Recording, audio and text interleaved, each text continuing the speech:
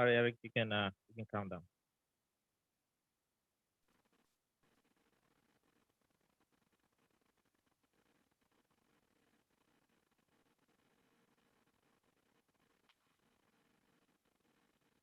Hello, hello.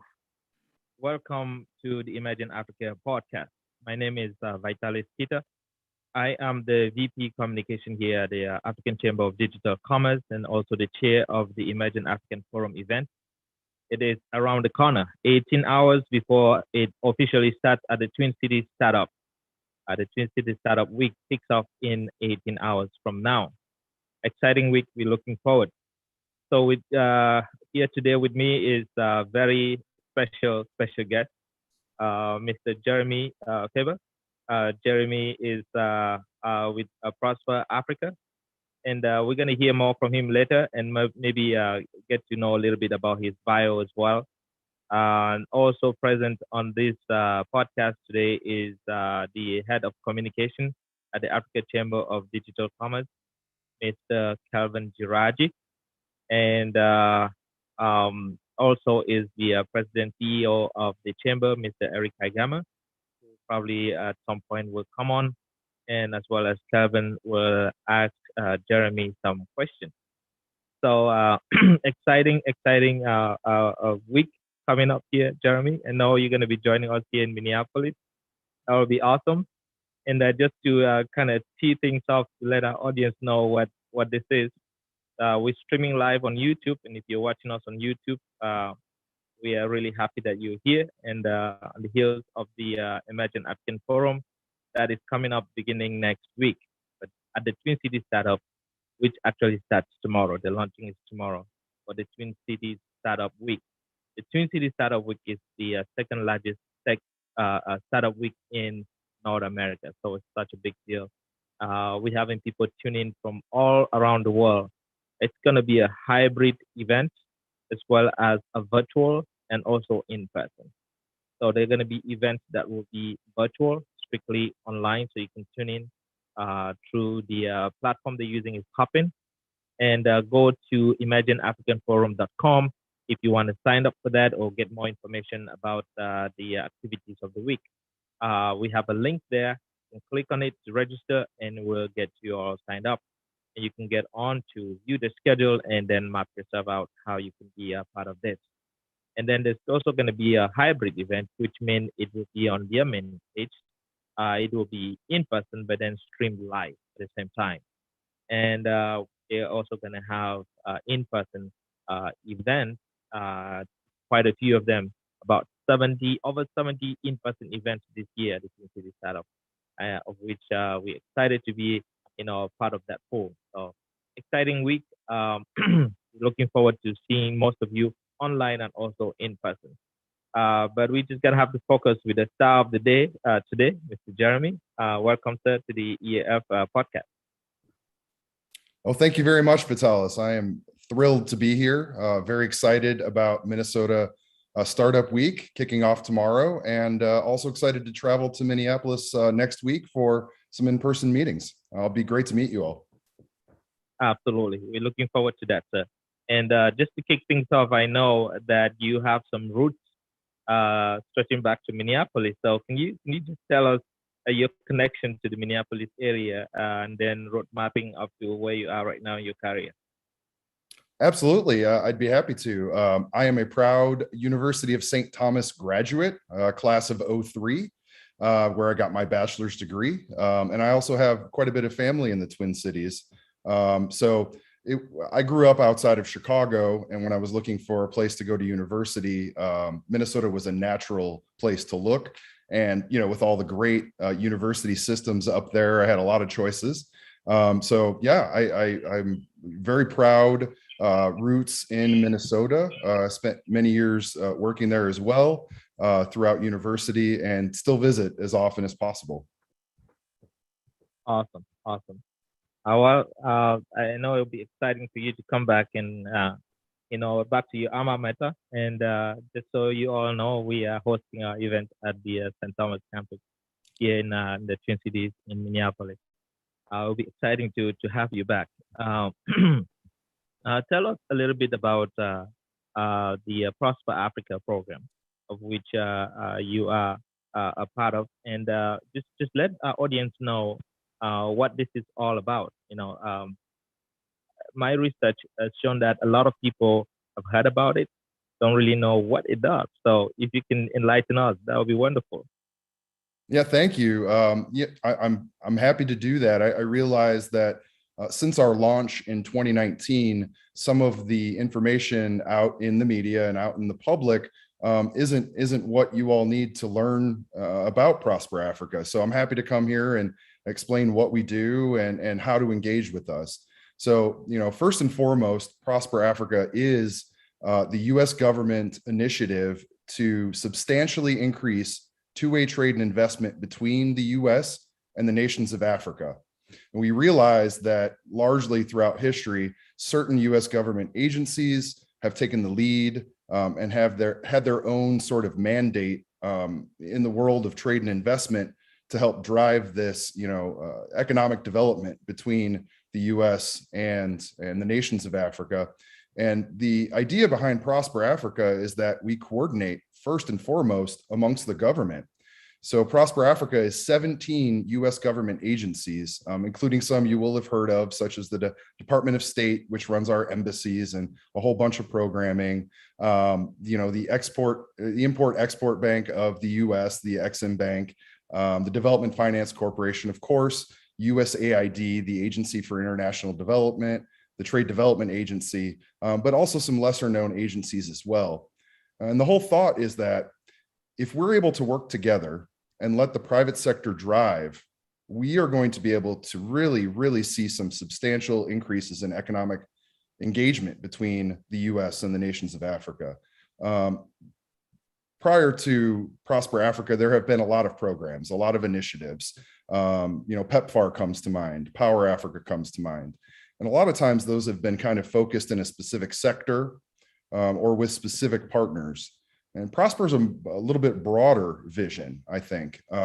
We weigh in on things such as the policy environments, the enabling environments. So one of our partners is the US Department of Treasury, and they work very closely with African nations and their central banks to create laws in African nations that are conducive to drawing US investment, conducive to allowing two-way trade between that nation and the US. So we really see that part of our work as being critical, working through our contacts in the field. We have embassies in every country in Africa, and we have USAID missions in most of them. So working through those networks, working with our government contacts in African nations to really create this environment that is really appealing. We see a tremendous opportunity for Africa and for the US to work together. Just simply looking at the population in Africa and how young it is, there is an incredible opportunity here for the private sector to really engage, but it shouldn't just always be about business. There are more connections to be made here, and that's part of the ecosystem that we work in. Really on the ground, so that's kind of the high level, but on the ground, what we provide are a network of advisors. So businesses seeking to expand into Africa, or African businesses seeking to export to the US or seeking investment from the US can come directly to Prosper Africa as a one-stop shop for the US government tools and resources to support trade and investment between us. Absolutely. So tell me now, you mentioned these other programs that have been in place that are more focused maybe to a particular initiative, maybe to a particular region. And now you guys are just all over Africa. This is a trade relationship between the continent of Africa and the country of the United States. I mean, Africa is made up of a bunch of countries and different, dynamic socio-political and economic atmosphere that exists there. Tell me how you guys are able to, what's the strategy here to be able to bring some degree of coherence or cohesiveness in being able to making sure that the impact of the programs that you run at Prosper Africa are effective in this individual different countries? Yeah, I think the biggest thing we're doing, or getting on forums like this with you, to kind of talk to the public about that. I think the U.S. government has had many traditional tools and resources. Political risk insurance is a good example for exporters. Through EXIM, that these tools have been around for decades, to allow U.S. businesses to go and do business in Africa or in African nations, recognizing that each country in Africa is very different and the markets are very different. We have embassy deal teams situated in each country, and their role is to really understand, the realities on the ground, the realities of the market, to work back through us and to share more publicly where the opportunities that we see are coming up. So what's really cool about what we're doing is that just in the last, say, 6 to 8 months, when we've really started to develop under the Biden-Harris administration, starting to develop this vision for how we can drive this economic development and really drive trade and investment between our nations, it starts with the sharing of information. It starts with networking. It starts with partnerships. It starts with me showing up here to tell you that we have over 75 tools and resources from the US government available to companies, both US and African companies. And largely, it's very difficult to talk about in a vacuum. So the way we approach it is a bit of a concierge service. When I said earlier that we were a one-stop shop, I really meant that. So part of my role is to function as an investment advisor on the front end. Me and a few others on our team will sit down with a company and really get to know where they're at, where they've come from, and where they want to go. And our job is to really connect the dots. We don't want to waste anyone's time. We realize time is very valuable, and we're not trying to lie to anyone or create some sort of false narrative around what is available. But more often than not, when someone comes to us and says, hey, I have a vision, I want to do this, and I've demonstrated that I can, I have a legitimate business, now we're looking to expand. More often than not, there is a tool or resource that we can provide to help with that. And when we recognize that there isn't, clearly there are some gaps in the suite of tools and resources available. A big part of our job that we're mandated to take on is streamlining, modernizing, and simplifying what these tools and resources are, figuring out where those gaps are, and then creating a new tool or resource to meet that need. One example is our virtual deal room, which is currently on a pilot phase. We launched last year. And the virtual deal room, you can access by going to our website at prosperafrica.gov. Click in the top right corner where it says deal room. What that is a platform that allows African businesses, largely startups, early stage businesses, to connect with US investors, all sorts of different investors. We have the virtual deal room itself is a platform that has signed up over 400 US investors that are then connected on a one-to-one basis with the deals. And our team on the front end, our implementing partners on the front end, will do a light touch advisory packaging to help African businesses make sure that their business plan is in line, make sure that their pitch deck is tight, and that they know how to approach the investors, what sorts of questions they're going to be asked, and that they have quick, good answers to it. I think of it like the show Shark Tank, which is very popular here and is one of my favorite shows. We want to get the businesses to the point where their pitch delivers to an investor. They can answer the right questions and then connects, and then an investment is made. So we have over 400 registered, vetted investors on the virtual deal room, and close to 40 vetted deals on there right now. So that's a very exciting thing, because historically, the US government has not played a role trying to connect, private capital to those seeking capital in Africa. So we clearly saw that there was a need for this, and a couple of years ago began developing this program, have now piloted it, and just are very excited about the potential for tools like that. We recognize that as the US government in development or investment, we can't, there's not enough money available from the US taxpayer to solve all these problems, right? There's not enough aid or donor money in the world to create the future for African nations that I believe African nations want for themselves. And we really have to bring in this private sector investors to do just that. If it's angel investors or VCs, institutional money, we have to go across the spectrum and really present this opportunity to them. What's funny though is more often than not, they are aware of these opportunities and are looking to invest in Africa. So our sell is not a hard sell at all in this space. It's actually pretty easy. Once the connections are made, it's amazing to see, how many synergies can flow from that. Absolutely. The future that Africans want for themselves. I think that's a very key phrase there, quoting you, and it's very important. And I just want to ask a little bit more about this deal. And I saw on the website it talks about a pipeline of deals that is maybe about 10 billion or something like that, if I'm not mistaken.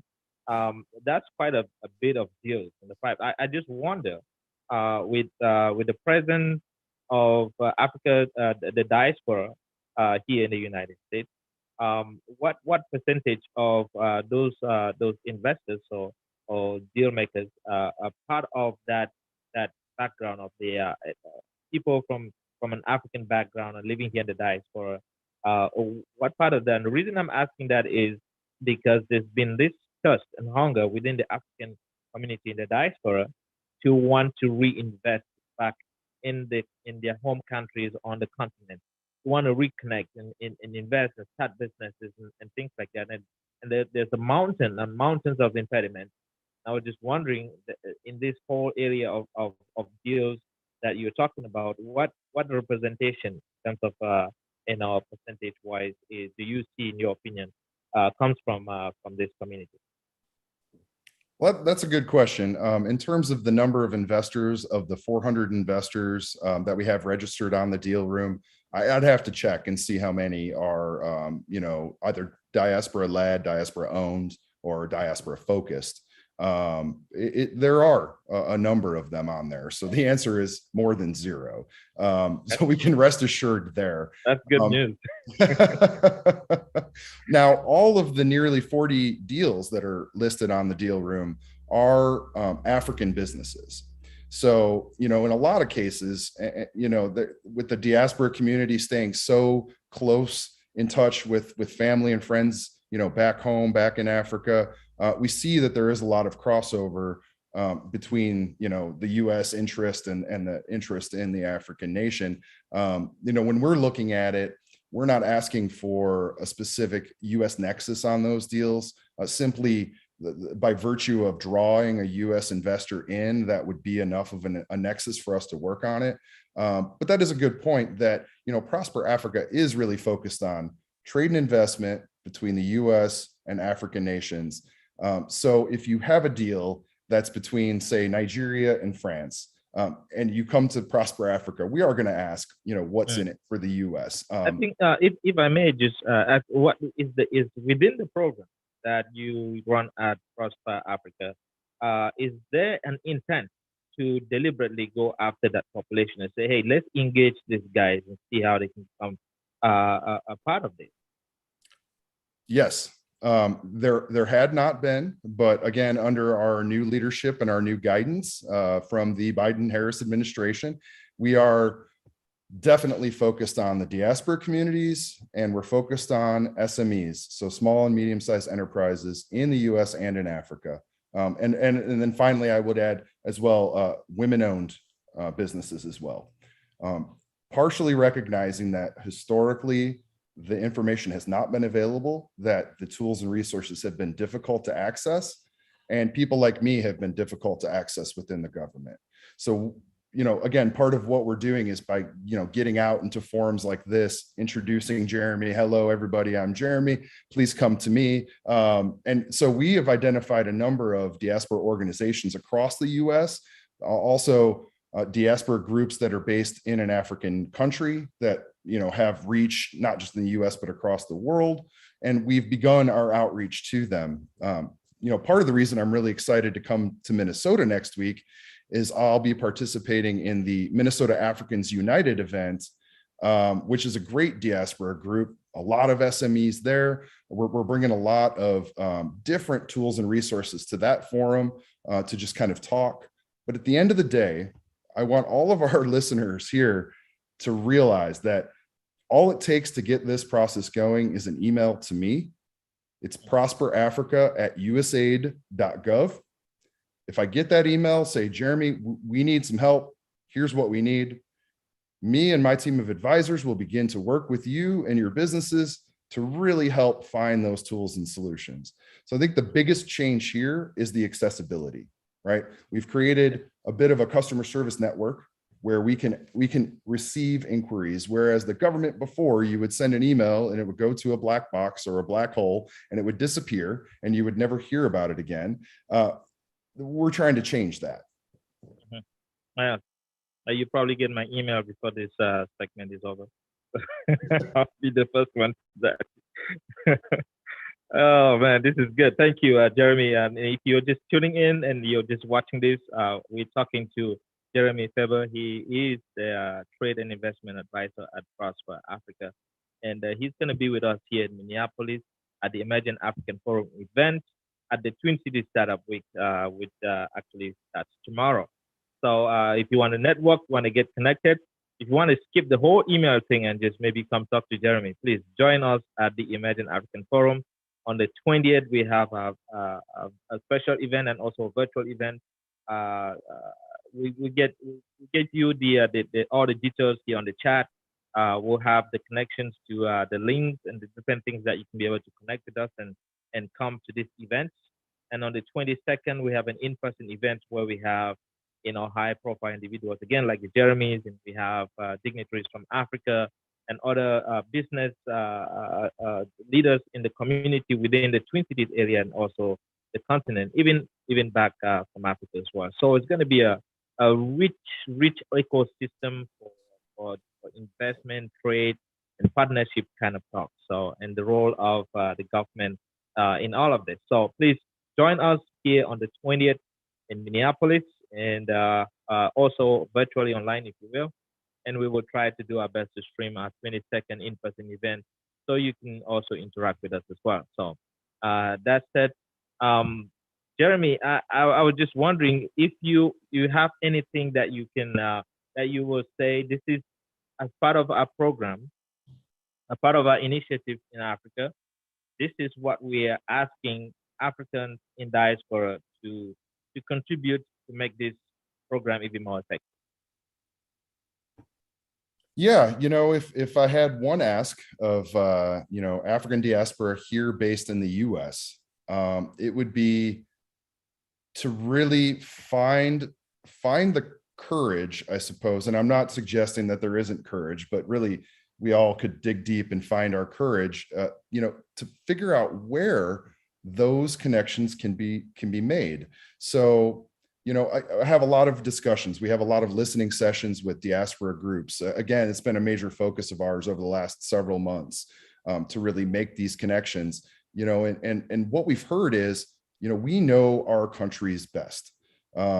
We know how things work. And so a lot of times when, a bank or even the government might come in and ask questions, those questions can ring very hollow because clearly you all have the answer already. But we can be an intimidating presence on this side, and I recognize that it takes a bit of bravery to jump over and say, okay, federal government of the United States, help me. So I think that's the biggest challenge, right? Because I never grew up thinking I should lean to my government to get help with anything I needed in my life. To be honest, I never thought I would be working for the government at all. This is probably the furthest thing from where I envisioned being when I left St. Thomas in 2003 than I could possibly be. But I'm thrilled to be in this role. Believe that because what I've learned is that, the bureaucracy is very poor at communicating, but there are things there, and it takes people to make that connection happen. And so, again, the message is, when you come to us, you're coming to people. You're not coming to some, application system that routes to a computer server that's doing it. Like, no, Yeah. there are people involved. We realize that business is done between humans, and so that's the thing. Wow. I really want. I wish there were many people that will listen to this podcast. That is so calming. And I just see some of those barriers breaking down. And also, and Kevin, I'll let you ask your question here in just a second. Yep. Here at the African Chamber of Digital Commerce, you're talking about being able to take those bold steps. I think that we're an embodiment of that, because what we're doing here at the chamber is taking those steps, trying to go where people normally will be shy away from, if you will. So we are in the business of other people's business. And so we will become, or we are actually a catalyst to be able to, to motivate, if you will, so people can take those bold steps and reach out to agencies like yours and talk to Jeremy. And then all of a sudden you find a society transform. And I think that's the big picture here. So the chamber is willing to be a strong partner, to step in a important role that is significant, is visible, is tangible, to work with Prosper Africa to see how we can be able to increase, if you will, because it's already there. You're making inroads. There are these deals, but with comparatively, it could be more, it could be better, and so that's where we want to come in and also make an impact. With that said, Jiraji, you have a question for Jeremy? Please go ahead. Yeah, thank you, Vitalis. Once again, and good afternoon, Jeremy. My name is Jiraji Kelvin. I happen to be on the continent. I'm joining from Nigeria, West Africa. The greatest asset in Africa is her youthful population. So what is your policy direction towards targeting the youth, particularly in the face of unemployment on the continent, the rate at which unemployment is biting hard on the continent? And secondly, beyond remittances from the diaspora community, I see knowledge transfer as a critical factor in driving the needed change we want in Africa, or everybody aspire in Africa. Knowledge is very, very critical. And personally, having been on the continent and then interacting, working with young people, I feel that one of the greatest things the diaspora population can contribute is the knowledge transfer. For instance, I've been privileged to be on the team of the ACOFDC, the African Chamber of Digital Commerce. In the past 4, 5, 6 months, I've learned tremendously from leadership, from entrepreneurship, from interaction with policymakers and what have you. And I feel currently my community is already benefiting from my interaction with the chamber. So my question will be, beyond the partnership and deal, what is Prosper Africa? Do they have any policy around knowledge transfer? Thank you. Yeah, thank you. So yeah, the question of the youth, population in Africa, the question of, what the US government is doing to address that, and what is the policy, I think is a very good question.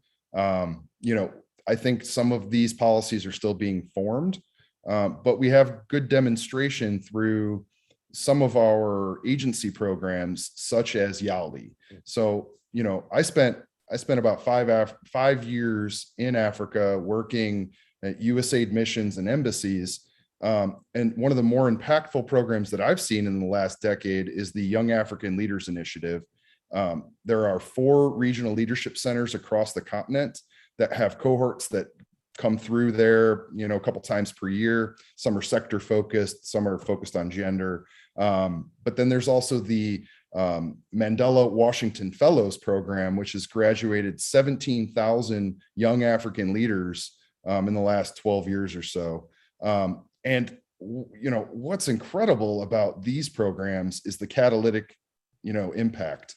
So I'm working currently with several companies that are founded or led by some of these Yali Mandela Washington Fellow alum who've come out of Washington, have gone back to their countries, have started a business, have used their contacts here, and really have created these kinds of ecosystems around the business that are setting it up for tremendous success.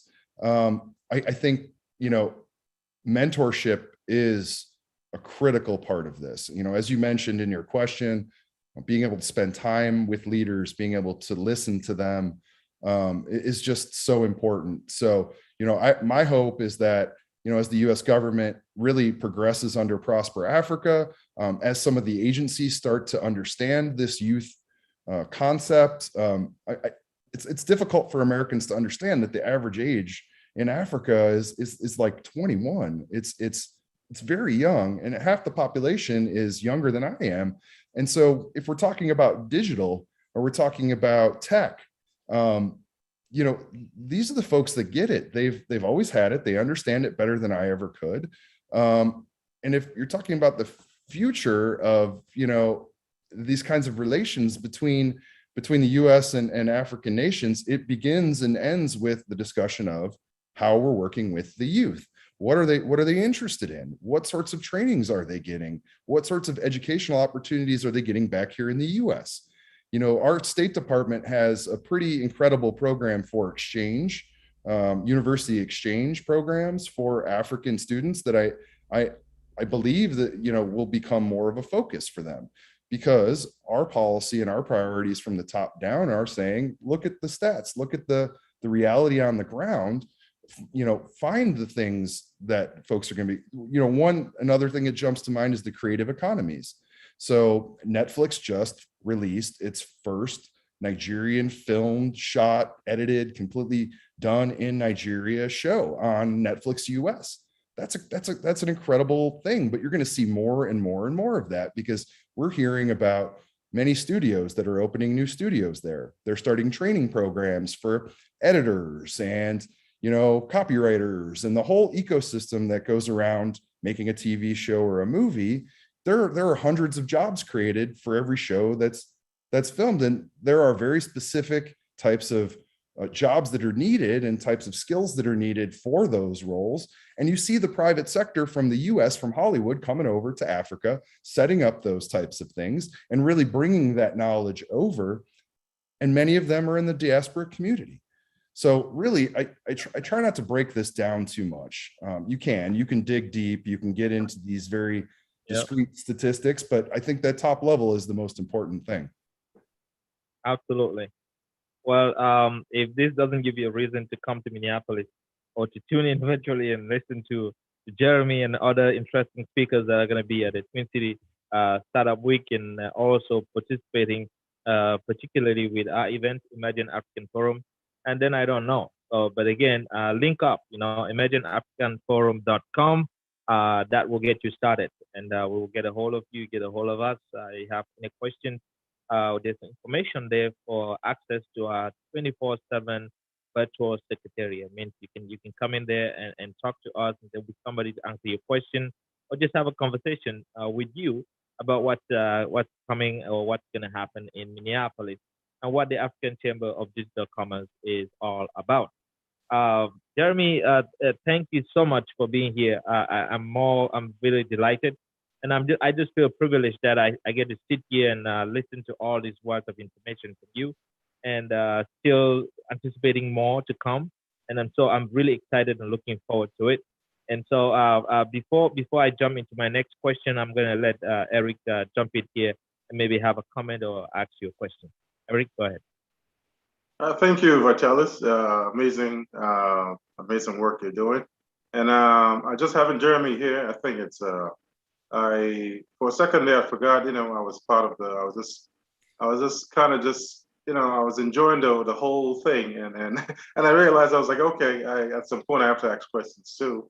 But we're absolutely honored, and I think this absolutely aligned as in my position as the president and also the CEO of the Africa Chamber of Digital Commerce. The whole vision is to look at we call it the advocacy as a service, and also to look at how we can also participate in Africa, through and helping in areas of policy through the policy engineering, also initiative that we have as well. And as some of us here, though we're decentralized, like the Jirajis and others are on the continent, and some of us that are either Cameroonian Americans or Nigerian Americans, there's this need, there's this urge for us to have both continents, both the continent or even the countries, right, to engage more in the area of trades and other things that are valuable to both sides. So essentially, we're looking at how can we've always said, how can we leverage the might of the United States, the agencies of the United States, and also at the same time, how can we engage more?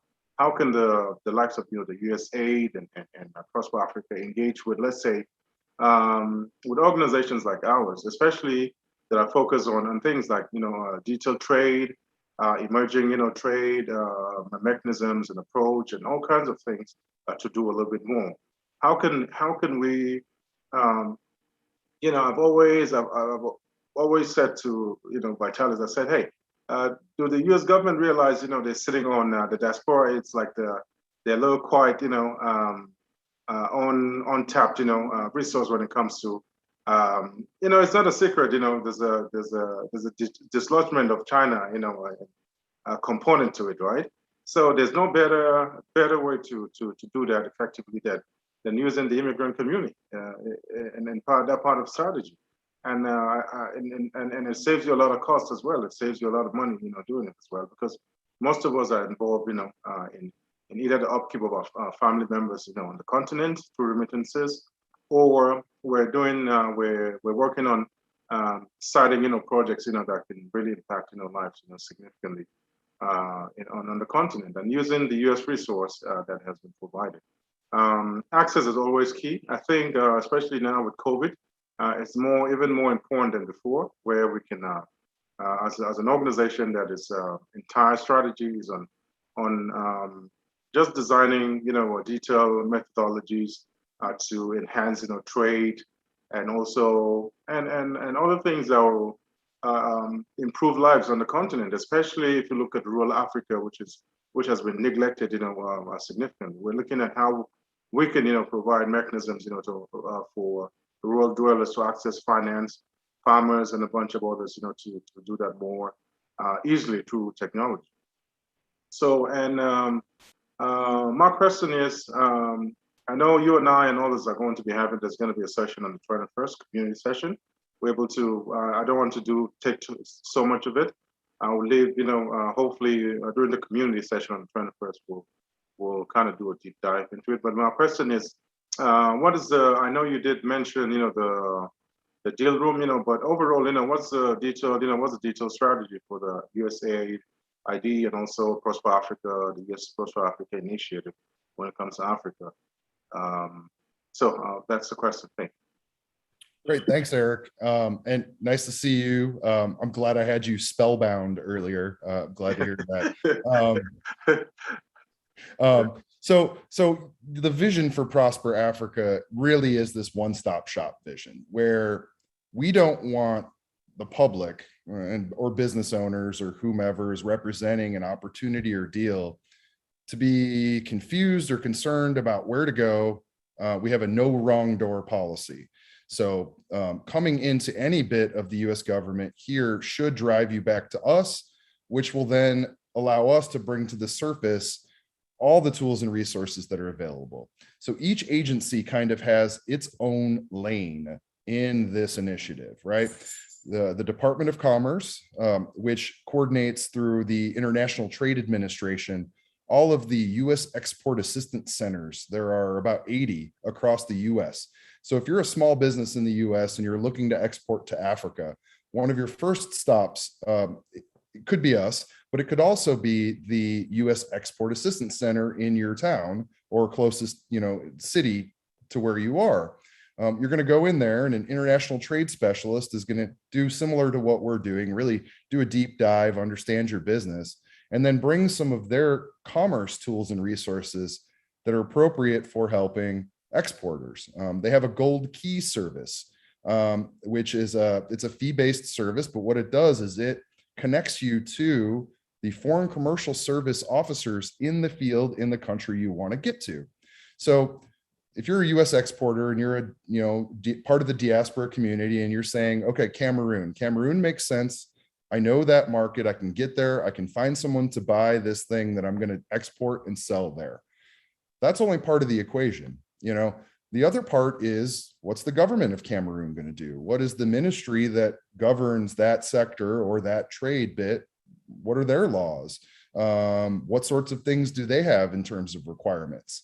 So we try to get to our field officers in Cameroon who really understand those requirements, then create that sort of US Africa partnership there, which brings all those issues to the surface much more quickly, allows us to address them as a unit, as one, and then move it forward. Another part, that always does, if you're rolling in to try to sell a product in an African country and you have your buyers there, there's always this question of credit worthiness, right? Every buyer seller relationship is going to have someone's going to question at some point the risk of this transaction. They're going to want to understand where that risk is at. If you're a US exporter and you come in with the US government, the US embassy, using a gold key or an advocacy service, what that is an endorsement from the US government that this is in fact a good deal. So it's essentially a stamp of approval on your contract saying, yes, we've looked at your company, we've vetted, done some background checks on this, and we believe that this is something, as the US government, that should move forward. So when you bring these documents and you have these conversations in country and you show that, to know that you have the US ambassador and the US government behind, a lot of times that's all that it takes to really push those things over the finish line. So what you're going to get coming to us is a partner who really wants to help you. The Department of Commerce through the Export Assistance Center will also introduce you to Minority Business Development Agency or the Small Business Development Administration, which have other grants, small grants available to do things like go to a trade show in Africa. If you're a small US exporter, you got to find those buyers and you're not sure which market to go to. We'll provide some market intelligence on the front end, try to give you some data to work with. And then there are grants available to you to pay for your plane ticket and your hotel to go to the continent, to this trade show, to try to find your buyers in addition to that. So, what we'll do, when you come to us is try to work you through this process and really explain it in layman's terms, what to expect, first of all, but then also not allow you to just have to go find it for yourself. I think that's the most frustrating thing when I am being very empathetic and putting myself in the shoes of a small business owner who's trying to export to Africa for the first time. Boy, yeah, I would be frustrated if I had to figure this all out for myself by, digging through websites and Googling things. We don't make it real easy. So again, Prosper Africa is a way to try to make it easier to access the things that are already there. I can testify to that. I'm a small business owner on the continent myself. I've also and still is dabbling in the field of export to Africa. And I do not have this relationship with Prosper Africa.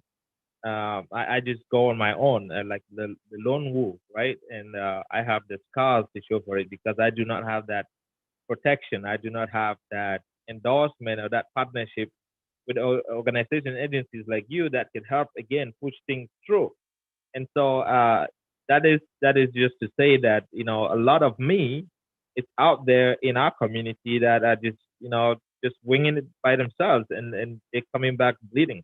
And so you're here to say, hey, you don't have to go that route. We're here, the resources are there, we're providing access more than ever before. So I appreciate you for that. And I just can't let you go on, without talking about AGOA.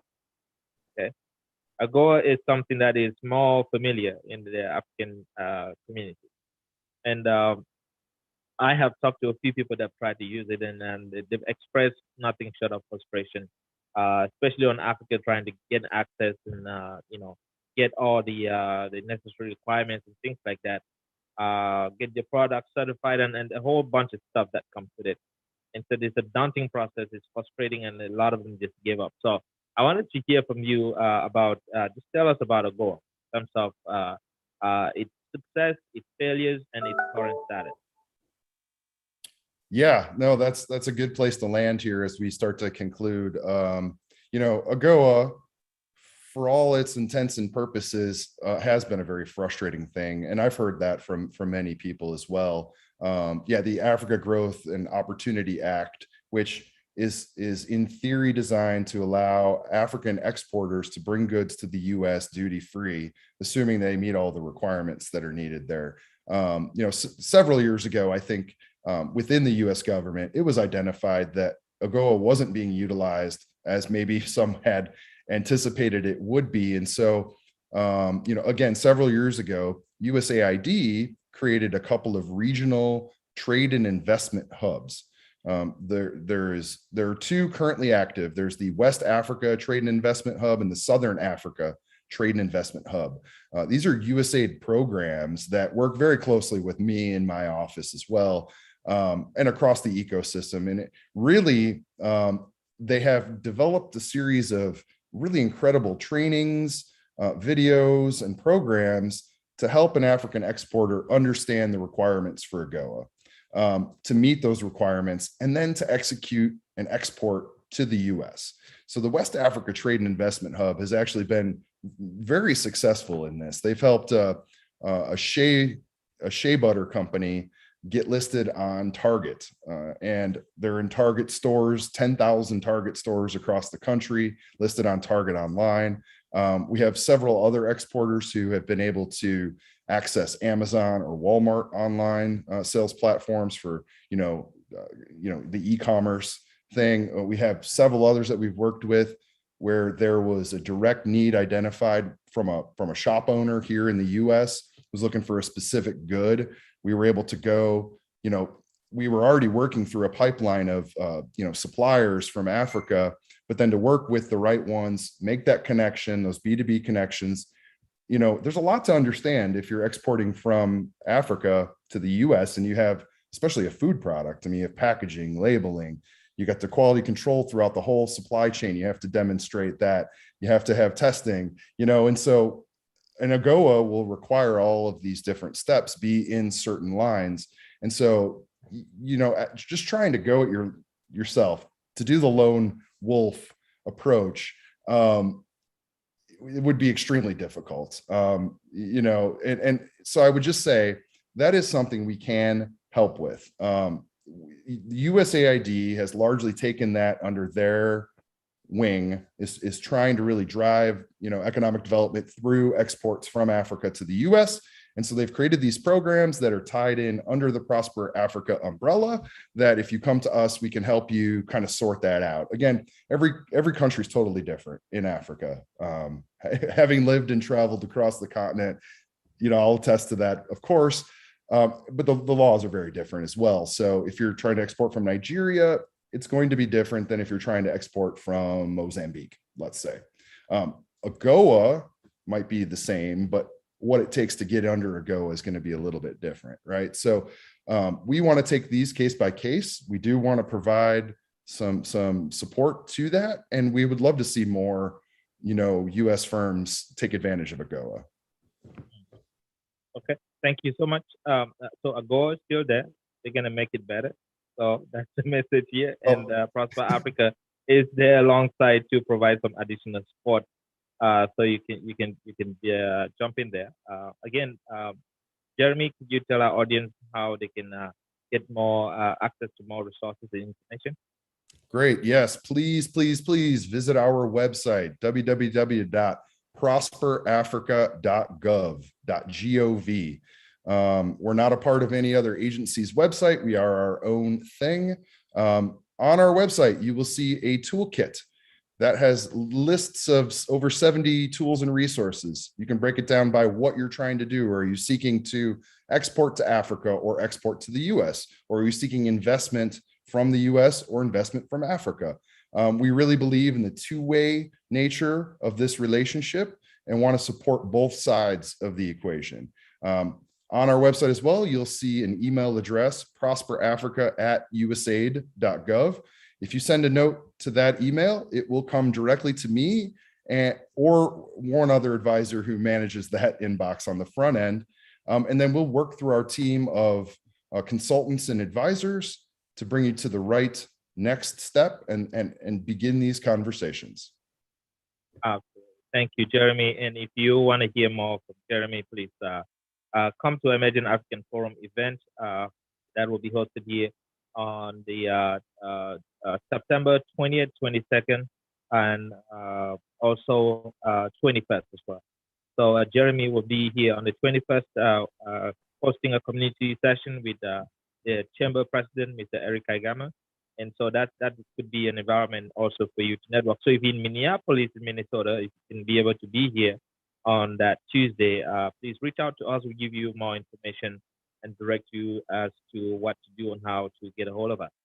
And on Wednesday, the 22nd, Jeremy also is still going to be here.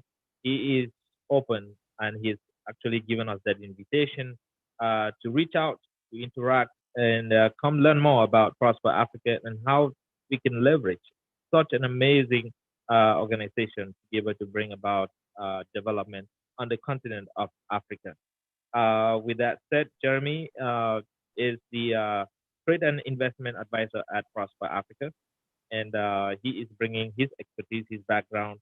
He's bringing a wealth of knowledge about what Prosper Africa is doing to the Twin Cities at the Emerging African Forum. Please, I cannot overemphasize this. This is once, they usually say once in a lifetime, but I don't want to say, but I'm tempted to say that because you never know when Jeremy is going to come back here to be with us in Minneapolis, but I'm sure there's still going to be future opportunities. But let's maximize, let's capitalize on this one. So please, let's come out here on the 21st on the community session and also 22nd and have some interactions and also hear some of the information that Jeremy has for us. With that said, I'll let Eric come in here and say maybe some few logistic things about the Emerging African Forum, and then we will conclude this session. Eric? Absolutely, Vitalis. Thank you. And I want to thank Jeremy once again for taking time. And we're looking forward to receiving you here. And especially a very thriving, like immigrant, community here in Minnesota. But, we've not leveraged agencies like yours, significantly. And I think with the chamber now having that as an agenda in terms of engaging more and also leveraging the might and also those agencies of the United States to see both, to see more trade, especially in the age of, digitization. We want to be part of, partnering progress. We also want to be an organization that is, of course, is pro-United States, and also be very, very welcoming of partnerships, especially. So we're looking at, the opportunity to build on this for 2022. But for those that are watching, thank you for joining us today. If you're in the cities, if you're joining in person, or if you're flying in, St. Thomas, University of St. Thomas Minneapolis campus is where it's going to go down on the 20th. And also, we have a community event on the 21st. It's going to be at the WeWork. Just send an email to the flyer we have. Just send an email, and then we'll give you the passcode and all the other information you need to have. And then the grand event itself, on the 22nd, you're going to have, a panel session with Jeremy and others, that are flying in from Africa, and also joining us here from the States, and also For those that, because of visa issues, couldn't make it, we'll have them join us virtually as well. If you know the auditorium pretty well, Schulz, or Schulz, others will pronounce it. We have a jumbo, screen that we're going to beam a lot of people that are not going to be here with us in person. But we're looking forward to making this absolutely, fun, and also to make this, for those that are participating either virtually or in person, to make this really worth their while. So we're looking forward to hearing more from you, Jeremy, and other speakers, and see you in Minneapolis, this weekend. Thank you. Okay. Thank you so much, Eric, President and CEO of the Chamber, and riding the ship here for the Emerging African Forum event coming up. Jeremy, it's a wonderful pleasure having you. Thank you for honoring our invitation. Oh, it's great to hear from you, and we're looking more to interact with you personally, just have those personal conversations. I personally have a lot to talk with. So you better just line up, folks. If you're out there, you want to talk to Jeremy, you got to line up behind me because I'm number one. Thank you so much. And thank you, Eric, for being here. Calvin, from joining us from Nigeria. This has been the Emerging African Forum podcast. Join us again next time. We have a last episode of this segment on the Emerging African Forum event. Will be on Sunday. Join us live on that one as we get last minute details about the event. With that said, my name is Vitalis Peter. It's been a pleasure to be your host today. Thank you and have a good day.